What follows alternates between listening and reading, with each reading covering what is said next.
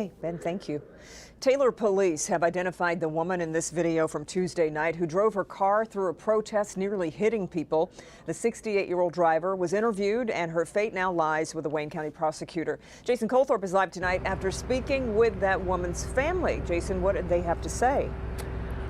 Well, Kim, they say flat out she was in fear for her life in that moment in that intersection. However, other cars were also in that area, but they were going around the protesters. They were making a Michigan left on Goddard to avoid that situation. And the woman who was leading that protest says this woman, this driver, came right at them. New video shows another angle of the protest in Taylor Tuesday, where a car drove through protesters who were in the intersection of Goddard and Telegraph. Hold on. Wait a minute. Hold on. You're not going to do that. An older man dove out of the way as his bike was run over.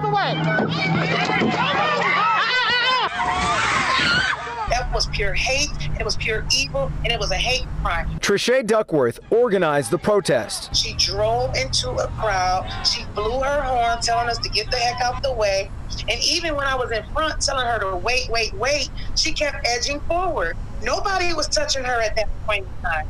And there's camera that show that. Taylor police were able to identify the 68-year-old female driver and interview her.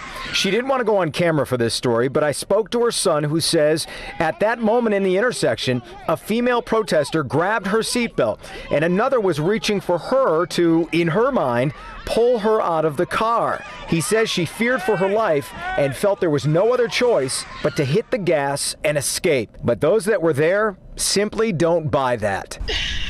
That is the common story with whiteness. Excuse me for saying that, but it is what it is. Everybody wants to say they want to fear for their life. If you were really fearing for your life, you would not have even came into an intersection that was full of people and that was full of protesters.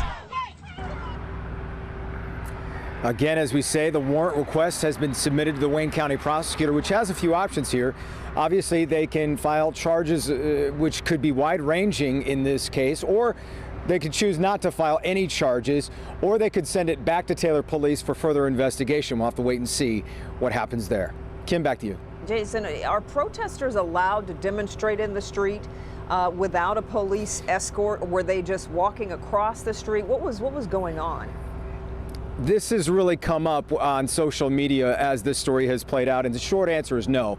And we've covered a lot of protests, and most of them have police escorts, and they've coordinated with protesters to avoid things like this.